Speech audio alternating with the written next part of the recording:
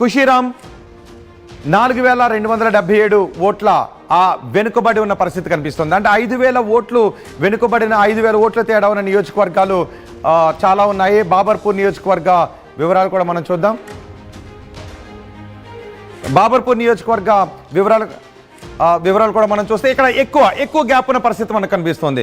Gopal Roy Aam Aadmi party నుంచి గోపాల్ రాయ్ 20,750 ఓట్ల ఆధిక్యంలో ఉన్నారు. ఇక్కడ 19 రౌండ్లు ఉన్నాయి. 8 రౌండ్లు కంప్లీట్ అయ్యాయి. ఇంకా 11 రౌండ్లు ఇక్కడ మిగిలి ఉన్నాయి.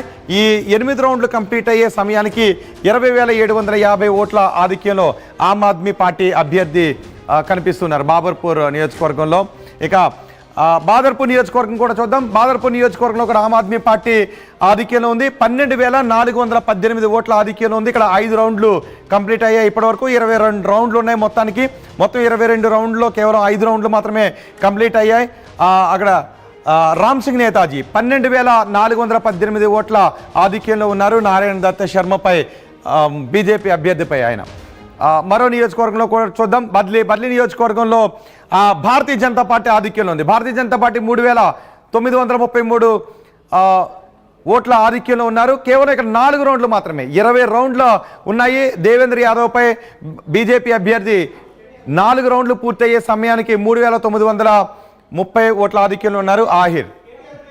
మరో బ్రేకింగ్ న్యూస్ కూడా మనం చూద్దాం. మరో నియోజకవర్గానికి సంబంధించి మనం చూస్తున్నాం. బలిమార నియోజకవర్గంలో కేవలం 6 రౌండ్లు మాత్రమే పూర్తయ్యాయి. 6 రౌండ్లో ఆమ్ ఆద్మీ పార్టీ 13,329 ఓట్ల ఆధిక్యంలో ఉన్నారు. చాలా ఎక్కువ ఓట్ల ఆధిక్యంలోనే మనకు కనిపిస్తున్నారు. 6 రౌండ్లు మాత్రమే పూర్తయ్యాయి. మరో నియోజకవర్గం భావన. ఢిల్లీ ఫలితాలపై కేటీఆర్ ఒక సెటరికల్ ట్వీట్ చేశారు. కంగ్రాట్స్ రాహుల్ గాంధీ అంటూ ఆయన ట్వీట్ చేశారు.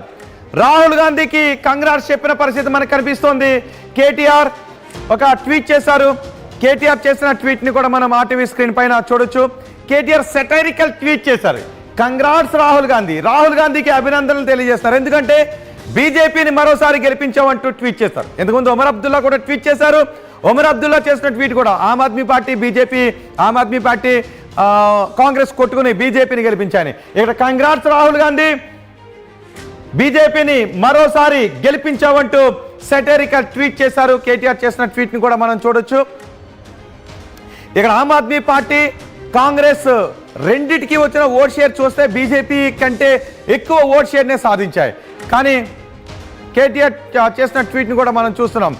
కంగ్రాట్స్ కాంగ్రెస్ అంటే ఆయన చేశారు. KTR spoke about the reality of Congress A year ago. దానికి కేటీఆర్ చేసిన దానికి రియాక్షన్స్ వస్తున్నాయి. కేసీఆర్ చేసిన ట్వీట్కి రియాక్షన్స్ కూడా వస్తున్నాయి.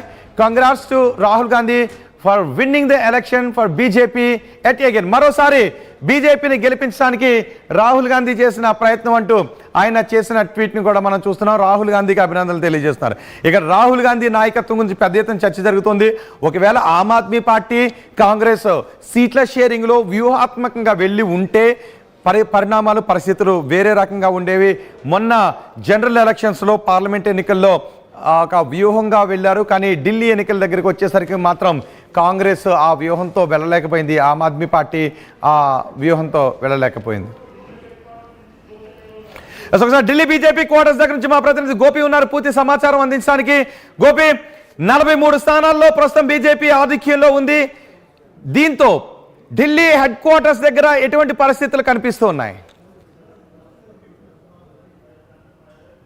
బీజేపీ కార్యాలయం వద్ద పూర్తిగా కోలాహల వాతావరణం అయితే ప్రస్తుతం కనపడుతుంది. అదే విధంగా ఇక్కడ పెద్ద ఎత్తున కూడా కార్యకర్తలు ఒకరొకరు కూడా బీజేపీ ఢిల్లీ కార్యాలయం వద్దకు చేరుకుంటున్నారు. పెద్ద ఎత్తున కూడా సంబరాలు అయితే జరుగుతున్న పరిస్థితి ఉంది. అఫీషియల్ గా మ్యాజిక్ ఫిగర్ ని బీజేపీ దాటడం జరిగింది. అయితే లీడ్ ఇంకా కొనసాగుతుంది. దాదాపు 40 స్థానాల వరకు కూడా బీజేపీ లీడ్ లో అఫీషియల్ గా అయితే ఇప్పటి వరకు అయితే 40 స్థానాల పైన బీజేపీ లీడ్ లో ఉంది. అయితే ప్రస్తుతం బీజేపీ కార్యాలయం వద్ద అయితే నేతలంతా కూడా ఒకరొకరు కూడా బీజేపీ ఢిల్లీ కార్యాలయం వద్దకు చేరుకుంటున్నారు. భాజపా ఇచ్చిన హామీలకు సంబంధించి కావచ్చు, ప్రజలు ఇచ్చిన తీర్పుకు తాము శిరస వహిస్తాము, దేశ రాజధాని అభివృద్ధి ఏ విధంగా ఉంటుందనేది కూడా చూపిస్తామంటూ కూడా నేతలైతే చెప్తున్న పరిస్థితి ఉంది. అక్కడ బీజేపీ హెడ్ క్వార్టర్స్ దగ్గర చాలా మంది కార్యకర్తలు కనబడుతూ ఉన్నారు. ఒకసారి వాళ్ళతో కూడా మాట్లాడించే ప్రయత్నం చేయండి.